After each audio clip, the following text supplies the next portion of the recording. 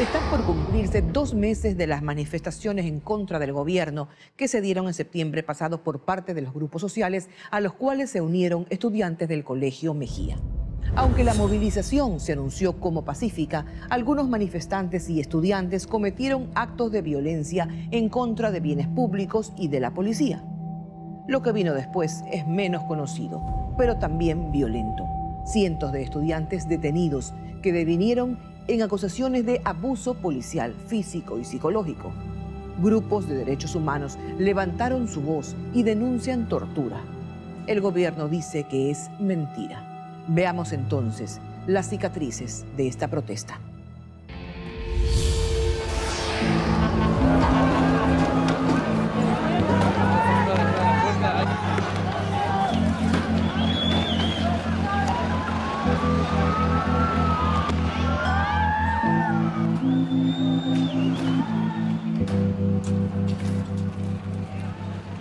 Este reportaje no es acerca de los buenos contra los malos. Más bien habla de unos que protestaron, pero lo hicieron de una forma violenta, y de otros que para detener esos actos usaron una violencia similar. Este reportaje trata de golpes, humillaciones y heridas que dejaron cicatrices. Las cicatrices de una protesta.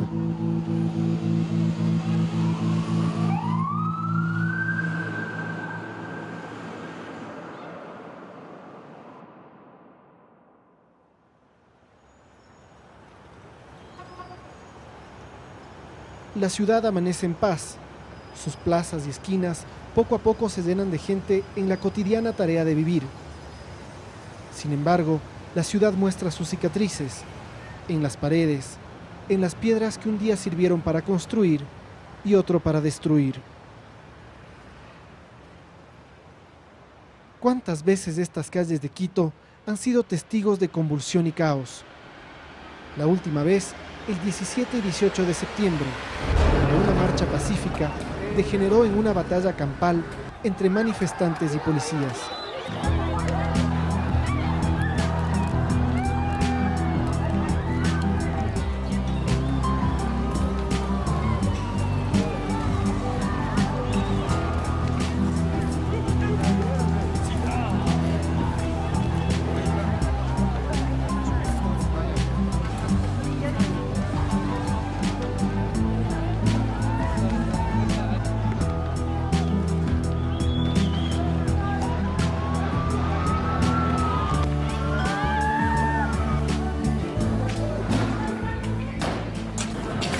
A través de decenas de videos y fotografías realizadas con teléfonos celulares y subidas a redes sociales, los ecuatorianos hemos podido ver crudas escenas de la protesta. Hemos podido ver cómo un grupo de policías recibe una lluvia de piedras y bombas molotov. También cómo unos jóvenes, tras ser aprendidos por la policía, reciben golpes innecesarios y cobardes. Y los ejemplos sobran.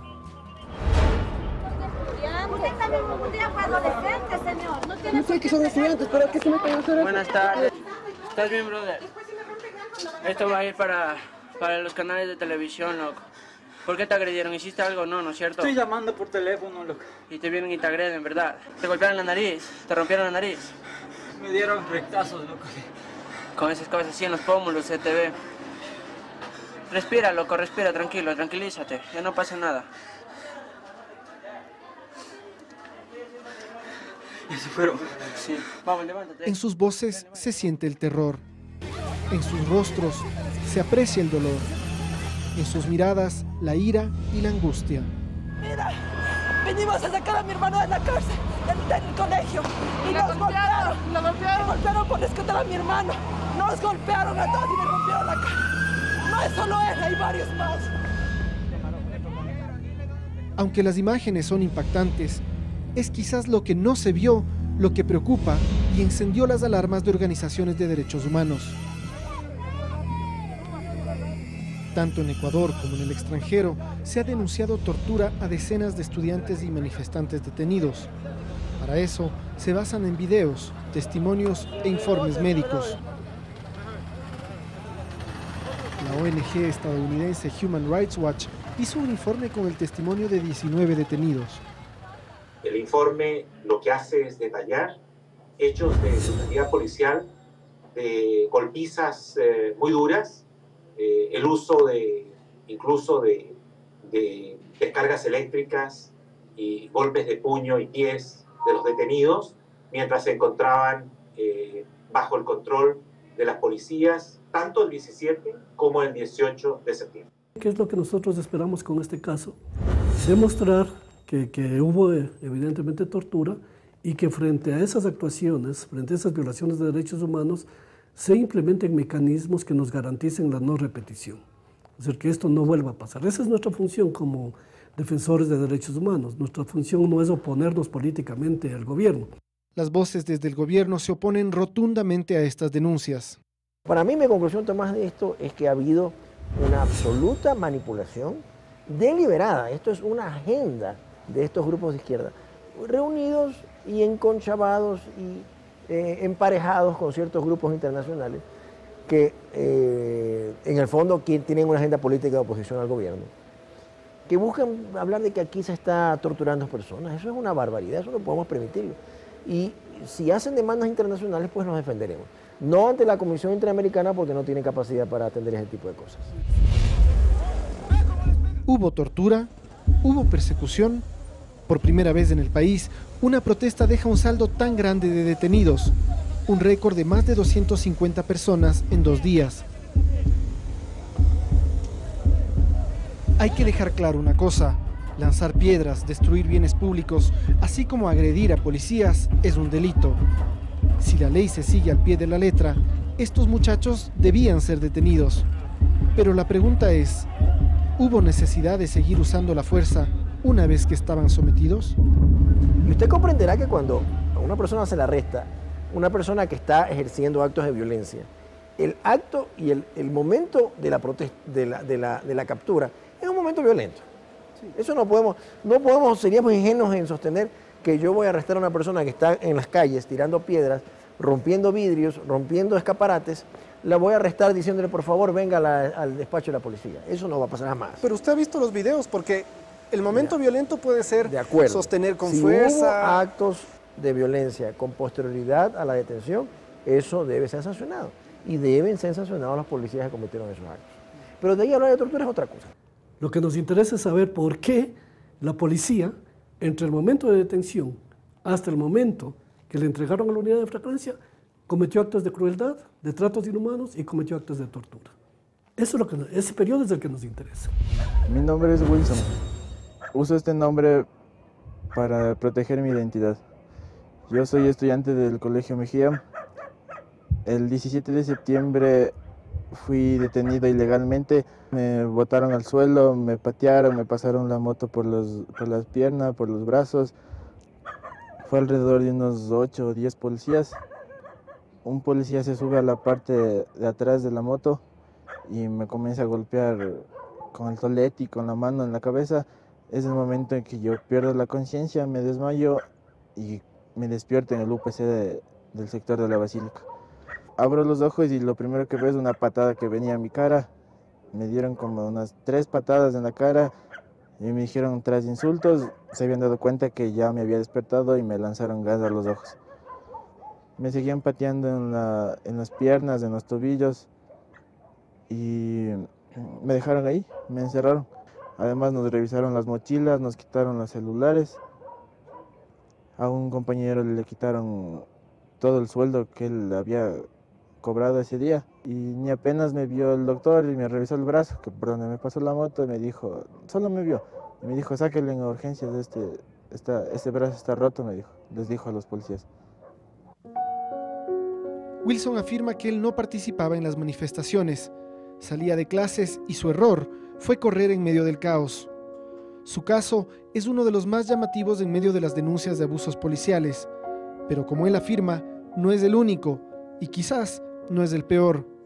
Los golpes que recibió quedaron evidenciados en fotografías y videos y aún ahora le quedan cicatrices en el cuerpo.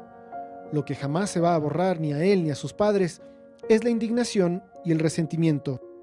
Fuimos una de las personas que creímos en el actual gobierno, le dimos nuestro voto y gracias a todos los votos de las personas que creímos está ahí. Entonces sí nos sentimos decepcionados porque todo lo que decían, lo que querían negar, o sea, eso era mentira. Porque nosotros, como padres de un chico del Mejía que fue maltratado, nosotros vivimos el dolor, vivimos en carne propia toda esa angustia, esa desesperación de verle a mi hijo en ese estado. El gobierno se queja que los medios solo vemos a un lado de las víctimas. Por eso buscamos incesantemente a varios voceros gubernamentales. El ministro del Interior accedió a hablar con nosotros y nuestra primera pregunta fue ¿cómo se encuentran los policías? Tenemos 2 policías efectivamente que están en una situación más delicada, más compleja. Un policía que se está recuperando de a poco, en realidad quedará con algunas secuelas por el resto de su vida, que fue pateado brutalmente, a quien le lanzaron una piedra en la llanta de la moto, se cayó de la moto y le patearon en la calle. Le patearon en la calle y no le patearon aparentemente ciudadanos, sino le patearon delincuentes. Y al mismo tiempo una mujer policía, que aquí en la Plaza de San Francisco el 17 de septiembre recibió un piedrazo de lleno, un adoquín en su cabeza. Podría creerse o no podría creerse, pero creo que lo mejor es que veamos el siguiente video, que nos va a decir mucho más de lo que nosotros nos imaginamos. Así que me voy a parar. ¿Sí? El ministro no quiso ahondar más en detalles, prefirió hacerlo de otra manera. Aquí tenemos un archivo de lo que sucedió el 17 y el 18 de septiembre. Mire los palazos. Mire cómo escupen a la Policía Nacional. Mire cómo sacan los adoquines de las calles. Miren cómo lanzan el adoquín. Miren las bombas Molotov. Esto es el 18, en las cercanías del Colegio Mejía. Esto es pacífico. Esto es pacífico. Esto es una brutalidad, esto es delincuencial. Miren las bombas lacrimógenas, las bombas Molotov que lanzan de dentro del Colegio Mejía. Dentro del Colegio Mejía. Ese es el tema de fondo. ¿Cómo había que detenerles a estas personas? Aquí están las imágenes. Mire cómo le patean al policía. Mire cómo le patean al policía. Esto podemos decir que es pacífico. ¿Qué teníamos nosotros que decirle a ese señor? Señor, por favor, párese, que le vamos a detener. Había que aprenderlo y había que hacer uso progresivo de la fuerza. La indignación que siente Serrano nos contagia. Solo alguien que cierra los ojos podría negar lo que muestran estas imágenes. Pero así como el ministro nos abre los ojos ante esa realidad, los videos del otro lado, los del accionar de la policía, deberían servir para lo mismo, para ver que aquí ambos fueron agresores y agredidos.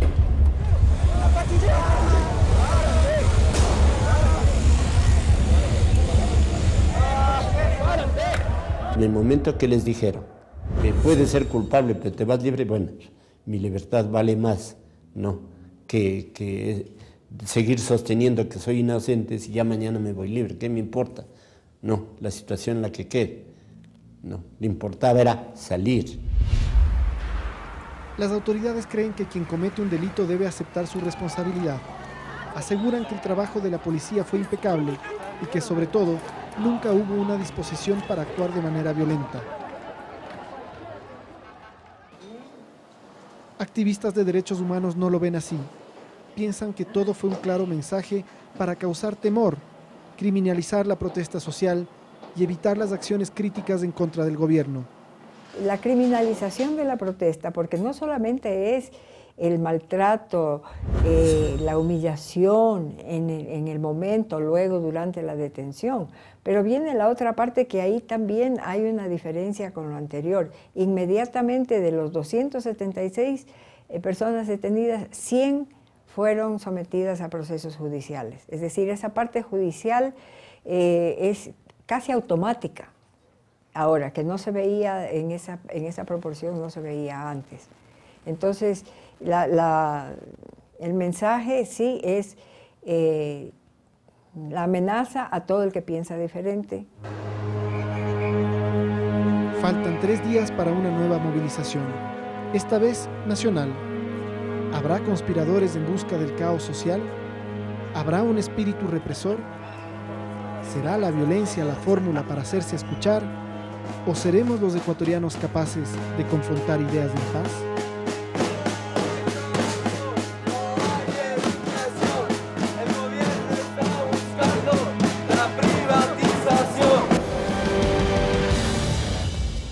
En nuestro micrositio encuentre material extra sobre este especial de Visión 360.